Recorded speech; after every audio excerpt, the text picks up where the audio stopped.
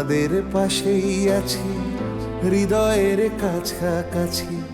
জীবনের পথ সোজা নয়, আশা নিয়ে নিত্য বাঁচি।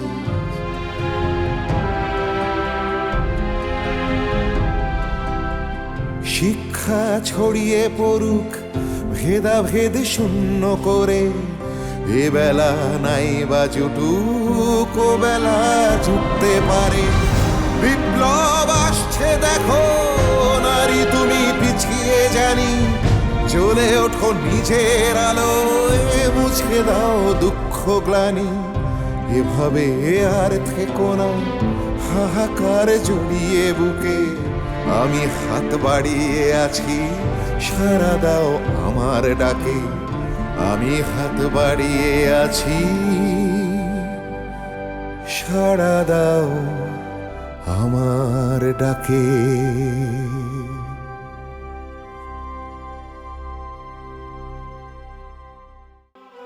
সুলতানের জন্য আমারও বুকটা ফেটে যায় বুবু।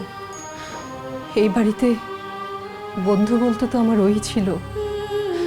সুখ দুঃখ রাগ অভিমান সবকিছু তো আমি ওর সাথে নির্দ্বিধায় আলাপ করতে পারতাম। ওর ওর মধ্যে একটা অদ্ভুত মায়া ছিল বুবু। সেই মায়া দিয়ে ও সবাইকে আপন করে নিতে পারত, সবাইকে ভালোবাসতে পারত। আজ যে ও নেই, এই কথাটা মেনে নেওয়া আমার জন্য খুব কঠিন বাবু। সবই আমার কপাল রে হীরা, সবই আমার কপাল। তা না হলে আমি বেঁচে আছি আর আমার সন্তানরা এক এক করে মরে যাচ্ছে। ভেবেছিলাম এবার আল্লাহ বোধে আমার দিকে মুখ তুলে চেয়েছেন, এই জন্য মিজানের মতো একটা ছেলেকে আমার ঘরে পাঠিয়েছে।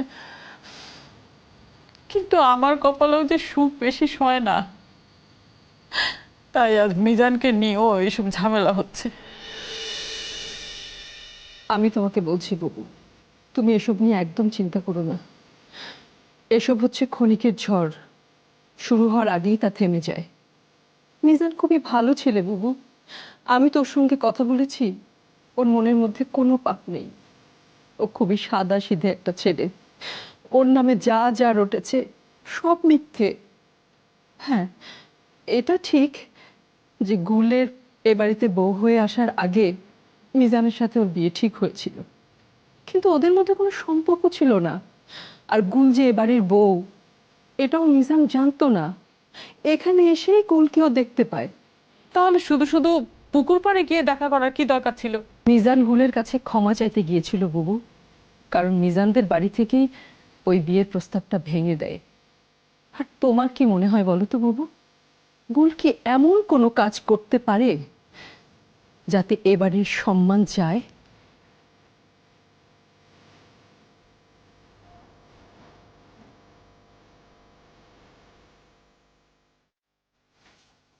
আসসালামু আলাইকুম দারোগা সাহেব। ওয়ালাইকুম আসসালাম মল্লিক সাহেব, বসুন বসুন বসুন।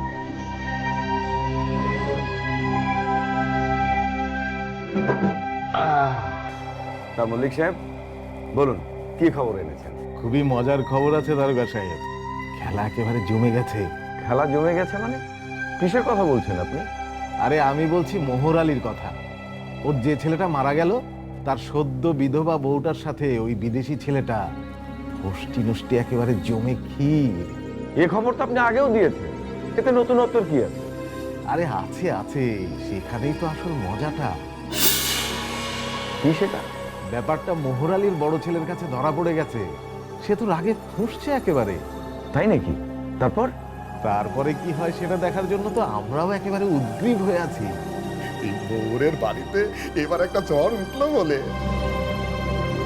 তাহলে মোহর আলী এখন চতুর্দিক থেকে সমস্যায় জর্জরিত আছে, কি বলেন? সে কথা আর বলতে, এক ছেলে মারা গেল, আর এক ছেলের চাকরি গেল, তার উপর আবার এই উটকো ঝামেলা। ইস, বেচারার জন্য খুব দুঃখ হয়। এটাই তো মোক্ষম সময় মোহর আলীকে চেপে ধরা। বেটা এমনিতেই কোণঠাসা হয়ে আছে, আর রা করার সময় পাবে না। আরে যা করার করে যান, আমি আছি আপনাদের সঙ্গে। আপনাদের কাছে যখন জব্দ হয়ে থানায় ছুটে আসবে তখন আমি বুঝে নেব। শুনে খুশি হলাম দারোগা সাহেব। এবার পান থেকে চুন খসলেই আমরা একেবারে চেপে ধরবো।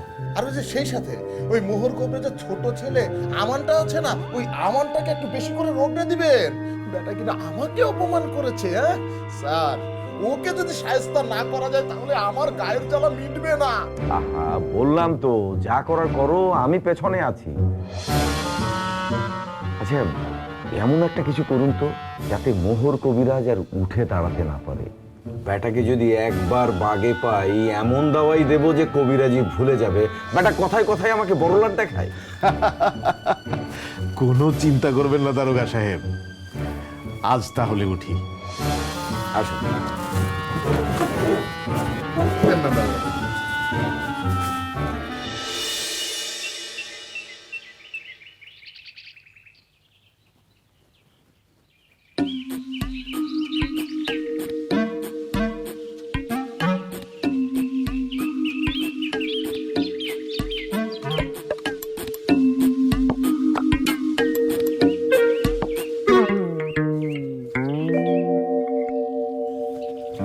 কেষ্টদা, ভালো হবে না কিন্তু বলে দিচ্ছি, পথ ছাড়া বলছি। আরে ছাড়বই তো, তার আগে একটা বোঝাপড়া হয়ে যাক। সেদিন অতগুলো আজে বাজে কথা বললি, এই তার একটা ফয়সালা করতে হবে না? এ তোকে এমনি ছেড়ে দেবো ভেবেছিস? হ্যাঁ, সেদিন তো শুধু আজে বাজে কথা বলেছি, আজ তোমাকে একদম।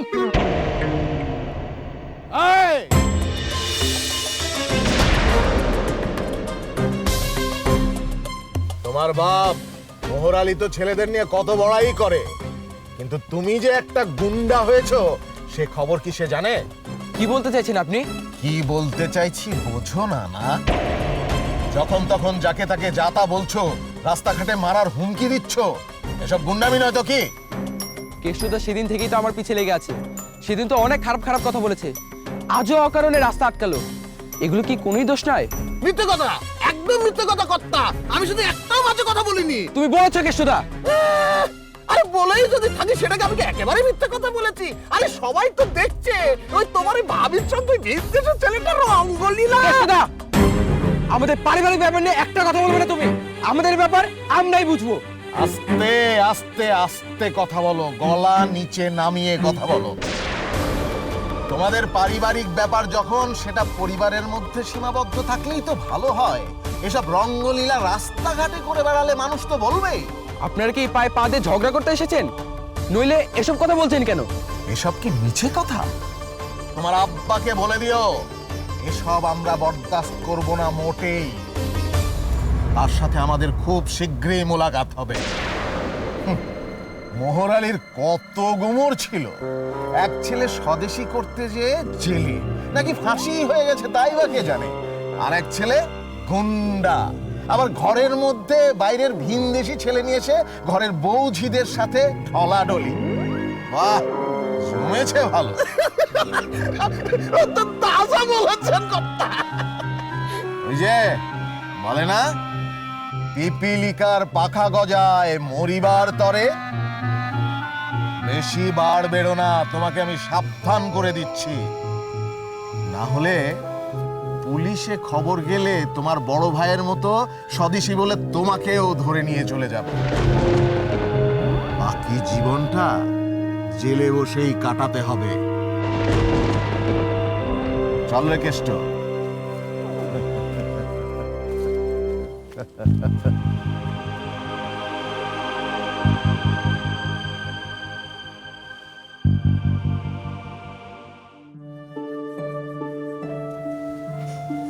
নাও খাও। সে কি এখানে নিয়ে এলে কেন? ঘরে গিয়ে তো খেতে পারতাম। উফ, ছাড়ো তো। বাড়ির এক গোষ্ঠী লোকের সামনে আমি তোমাকে একটু নজরও দিতে পারি না। নাও ধরো।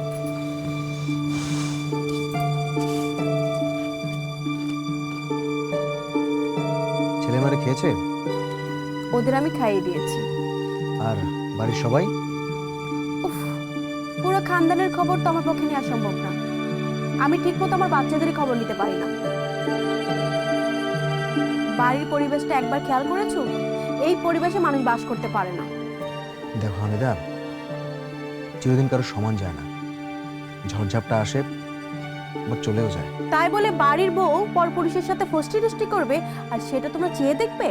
চেয়ে চেয়ে দেখবো সে কথা তো বলেনি হামিদা। এসব বন্ধ করতে হবে। কে বন্ধ করবে শুনি? তোমার আব্বা আম্মা তো দেখেও না দেখার ভান করে থাকে। শোনো, আমি কিন্তু আমার ছেলে মেয়েকে এই পরিবেশে রাখতে পারবো না, এই আমি তোমাকে বলি রাখলাম। তাহলে মেয়েকে কোথায় রাখবে? আমি আমার ছেলে মেয়েদেরকে নিয়ে বাপের বাড়ি চলে যাবো। তুমি তো এমনিতেই বাপের বাড়ি যাওয়ার জন্য বাহানা খুঁজে বেড়াও, তোমার জন্য ভালোই হলো। আমি শুধু বাহানা খুঁজি? বাপের বাড়ি যাওয়ার জন্য বাহানা করি? বাহানা তো কি হামিদা, না তো কি? এই বাড়ির পরিস্থিতি এখন এত খারাপ হয়ে জানি যে এখানে বাস করা যাবে না। আসলে তুমি এই বাড়ির পরিবেশের সাথে নিজেকে মানিয়ে নিতে পারো না। যদি পারতে তাহলে চলে যাবার কথা ভাবতে না, বরং কি করে পরিস্থিতি সামাল দেওয়া যায় তাই ভাবতে।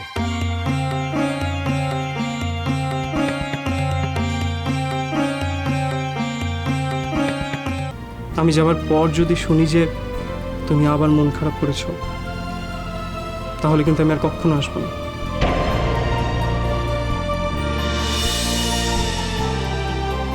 আপনি আর না আসলে আমি কিন্তু গলায় দড়ি দেবো।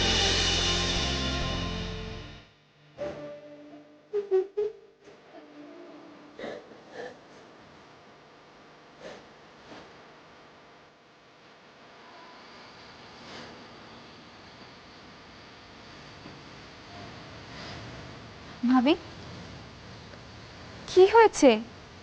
তুমি কাঁদছো কেন? না না আপা, কিছু হয়নি, ওই চোখে পোকা পড়েছিল তো তাই পানি এসেছে।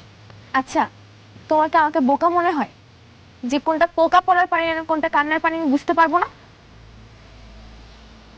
কেউ কি কিছু বলেছে ভাবি? আম্মা কিছু বলেছে?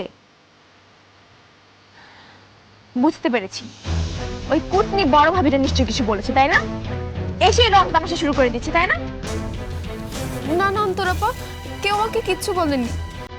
আসলে তোমার ভাইজানের কথা খুব মনে পড়ছিল, ভাবছিলাম উনি আমার কেন এত বড় শাস্তি দিল, কি এমন দোষ করেছিলাম আমি। তুমি কোনো অপরাধ করনি ভাবি। তার যাওয়ার সময় হয়ে গেছিল, তাই সে চলে গেছে। তাতে তুমি কি করবে ভাবি? ওনাকে ছাড়া যে আমি থাকতে পারবো না সেটা কি উনি জানে না? তাহলে কেন আমার ছেড়ে চলে গেল বলো তো? আমি এখন কি করব? আমি যে বড় অসহায়। কেন ভাবি, তোমার কি হয়েছে? তুমি আমাকে বলো তোমার কি হয়েছে? তুমি আমার থেকে কেন গোপন করতে চাইছো ভাবি? আমি কি তোমার এতই পর হয়ে গেলাম যে তোমার দুঃখটাকে একটু ভাগ করে নিতে পারি না? আমি কখনোই তোমাকে আমার ভাবি বলে মনে করিনি, চিরকাল তোমায় আমার বোনের মতো ভালোবেসেছি। আর আজ আজ তুমি আমাকে এত পর বানিয়ে দিচ্ছ। না আপা, তোমাকে পর ভাবা এতবার স্পর্ধা আমার হয়নি। এ বাড়িতে তুমিই তো আমার ননদ, আমার বন্ধু, আমার আপা। তুমি তো কখনো আমাকে একা থাকতে দাওনি। আর যা হয়েছে সব আমারই কপালের লেখা। কিছু একটা করেছি যার জন্য আল্লাহ আমায় এত বড় শাস্তি দিচ্ছে। আর যদি তোমার ভাইজান থাকতো তাহলে তো এত বড় কষ্ট আমার সহ্য করতে হতো না। ভাবি, আমার কসম, তুমি আমায় বলো তোমাকে কে কি বলেছে? আমি আর তোমার চোখের পানি সহ্য করতে পারছি না। আজ আমি আমার ভাইকে খাবার দিতে গেছিলাম,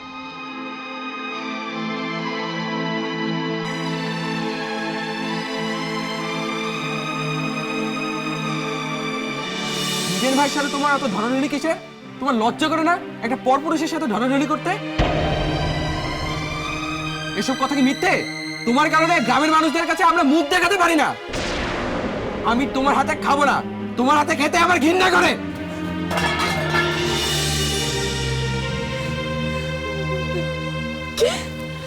আমানের এত বড় সাহস!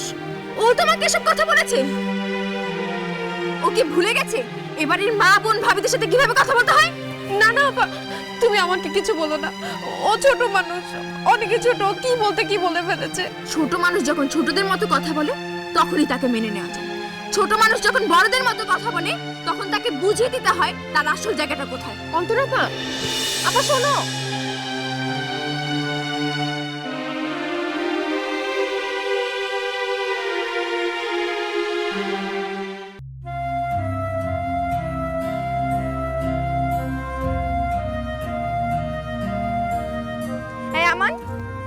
এসব কি? তুই ভাবিকে কি বলেছিস? আমি বারান্দায় দেখলাম সব খাবারগুলো পড়ে আছে। আমি তোকে কিছু জিজ্ঞাসা করছি, তোর কি কথা কানে যাচ্ছে না? বেশ করেছি, আমার ইচ্ছে হয়েছে তাই ছুঁড়ে ফেলেছি।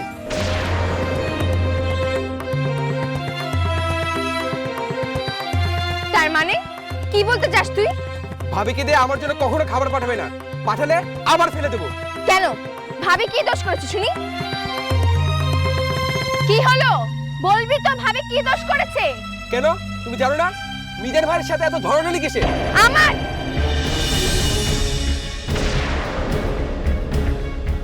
বড়দের সম্পর্কে এসব কথা বলতে তোর একটু বাচ্চা না? সেই জন্যই মনে হয় তুই ভাবিকে কিছু বলেছিস, না হলে সে রান্নাঘরে গিয়ে কান্নাকাটি করছে কেন? বলেছি, বেশ করেছি। না তুই বলবি না, বাড়িতে বড়রা রয়েছে, কিছু বলার থাকলে তারা বলবে। এক্ষুনি গিয়ে ভাবির কাছে ক্ষমা চাইবি। কি হলো, যা গিয়ে ভাবির কাছে ক্ষমা চা। না পারবো না, আমি কি দোষ করেছি যে ক্ষমা চাইবো? বড়দের সম্পর্কে খারাপ খারাপ কথা বলা এটা কি অন্যায় নয়? আমি কোনো দোষ করিনি, যা সত্যি তাই বলেছি। সত্যি মিথ্যা বলার মালিক তুই নোস। বাড়িতে আব্বা আম্মা আছে, সুলেমান ভাই আছে, কিছু বলার থাকলে তারা বলবে। তারা কত বলবে আমার জানা আছে, সারাক্ষণ তো মিজান ভাই সুখ্যাতেই করে বেড়ায়। আমি জানতে চাইছি তুই ভাবির কাছে ক্ষমা চাইবি কি না? না, আমি ক্ষমা চাইবো না।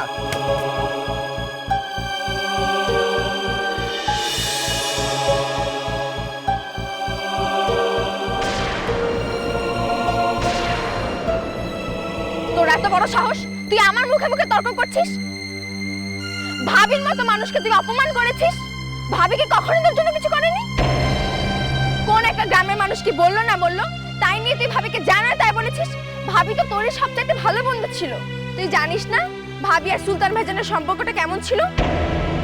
তাছাড়া সুলতান ভাইজান চলে যাওয়ার পর থেকে ভাবির মনের অবস্থাটা কি সেটা আমরা সবাই জানি। তারপরেও তুই এমন একটা কাজ করতে পারলি? ছি আমান, ছি। তুই না বড় হচ্ছিস, এই তোর ব্যবহার। আমার এখন তোকে নিজের ভাই বলতে লজ্জা করছে।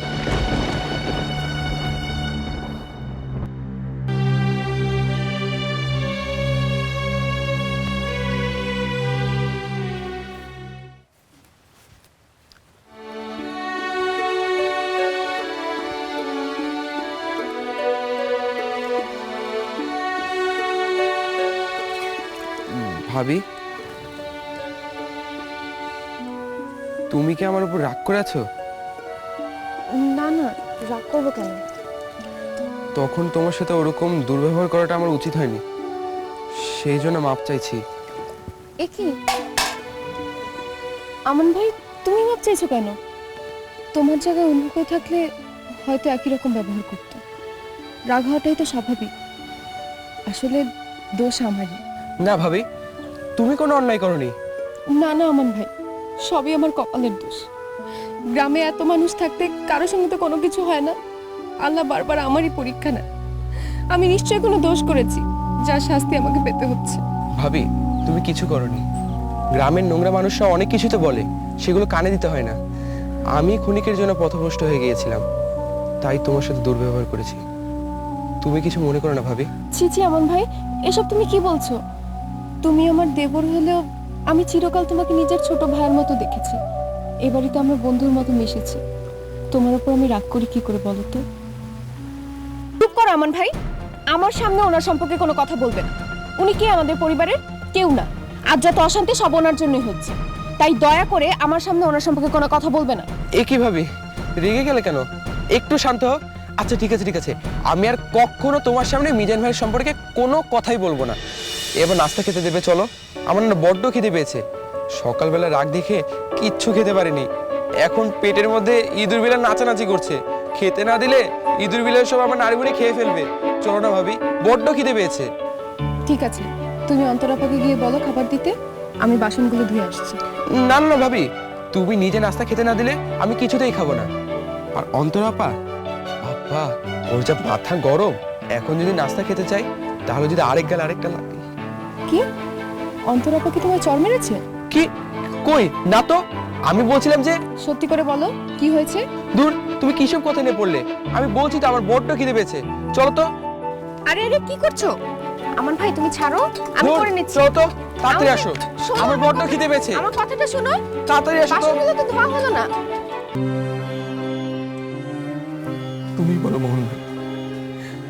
আমি কি কোনো অপরাধ করেছি? আমি তো শুধু একটু ক্ষমাই প্রার্থনা করেছি। আমার মনের ভিতর যে একটা পাপবোধ সব সময় কাজ করে। মনে হয় গুলবদনের আর যা হয়েছে সব কিছুর জন্য আমি দায়ী।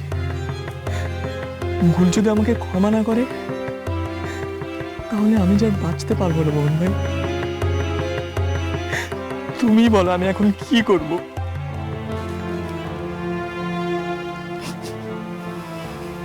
আমি তোমাকে ভুল বুঝছিলাম মেজর ভাই। আমি তোমার গায়ে হাত তুলছি, আমার তুমি মাফ করে দাও মেজর ভাই। তুমি তো আমার বড় ভাইয়ের মতো। আমার তো কোনো ভাই বোন নেই, আর তোমার মতো ভাই পাওয়া তো সৌভাগ্যের ব্যাপার। বড় ভাইয়ের হাতে চড় খেয়েছি, এই আবার বড় কথা কি?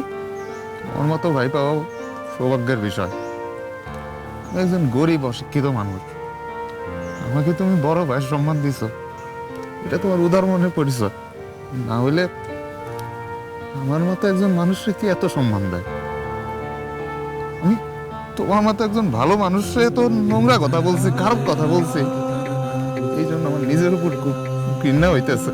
তুমি যা করেছো ঠিক করেছো। তুমি একজন অনেক ভালো মানুষ, নিঃস্বার্থভাবে মোহর কবিরাজকে ভালোবাসো।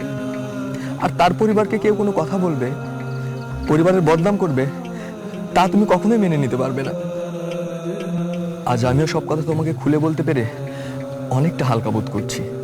তুমি এই সমস্ত কথা সবাইকে খুলে বলতেছো না কেন? কাকে বলবো? যাকে বলতে চাই সে তো আমার কোনো কথাই শুনতে চায় না, সে যে আমায় ঘৃণা করে।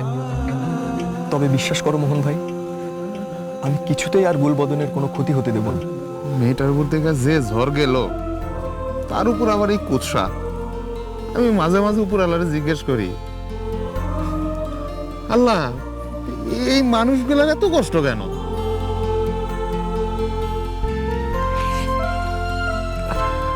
দেখো মিজান, ওই বাড়িতে যেন আর কোনো সমস্যা না হয়। কর্তা এখনো সন্তান হারার শোক বলতে পারেনি, আর উপরে যদি অন্য আবার কোনো সমস্যা হয়, এইবার তাইলে কর্তাকে আর বাঁচানো যাইব না। তুমি কোনো চিন্তা করো না, আমি এমন কিছু করব না যাতে পরিবারের কোনো বদনাম হয়। এর আগে গুল আমার জন্য অনেক কষ্ট পেয়েছে। এইবার গুলবদন আমার জন্য কোনো কষ্ট পান, আমি তা হতে দেব না। আর এখন যারা আমাকে ভুল বুঝছে তারা একদিন ঠিক জানতে পারবে সত্যটা।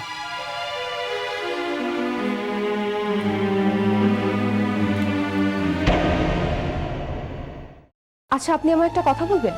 আমি আপনার কি ক্ষতি করেছিলাম যে আপনি আমার জীবনটা এভাবে নষ্ট করার চেষ্টা করছেন?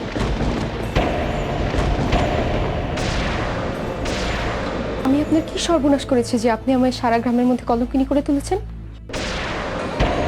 আমি আপনার কোন পাকা ধানে মই দিয়েছি যে আপনি আমার শ্বশুরবাড়ির মান সম্মান নিয়ে ছিনিমিনি খেলছেন? এবারের লোকেরা আপনার কি ক্ষতি করেছে যে আপনি তাদের এত বড় শাস্তি দিলেন?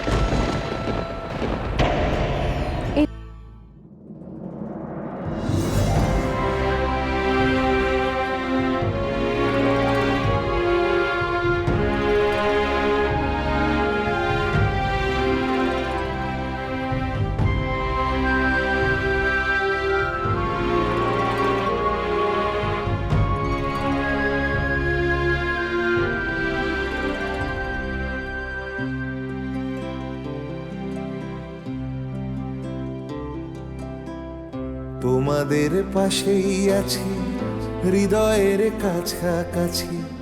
জীবনের পথ সোজা নয়, আশা নিয়ে নিত্য বাঁচি।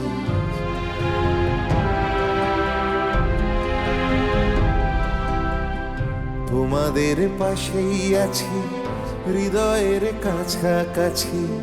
জীবনের পথ সোজা নয়, আশা নিয়ে নিত্য